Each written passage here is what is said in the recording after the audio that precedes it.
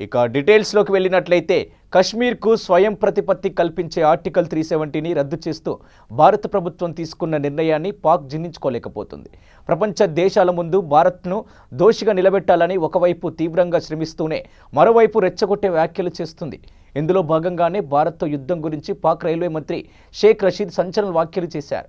స్థానికంగా మీడియాతో మాట్లాడిన ఆయన కశ్మీర్ గురించి పోరాడటానికి సరైన సమయం వచ్చిందని అభిప్రాయపడ్డారు. ఇక అక్టోబర్, నవంబర్ నెలలో భారత్ పాక్ల మధ్య యుద్ధం జరగొచ్చన్న ఆయన ఇరు దేశాల మధ్య ఇదే చివరి యుద్ధం అవుతుందని కూడా జోస్యం చెప్పారు. ఇక కశ్మీర్ అంశాన్ని పరిష్కరించేందుకు ఐక్యరాజ్య సమితి భద్రతా మండలి ముందుకు రావడం లేదని ఆయన అసహనం వ్యక్తం చేశారు. ఇక ఈ సమస్యను పరిష్కరించడానికి యుఎన్ఎస్సి చొరవ చూసి ఉంటే ఇప్పటికే కశ్మీర్లో ప్రజాభిప్రాయ సేకరణ జరిగి ఉండేదని కూడా ఆయన అన్నారు.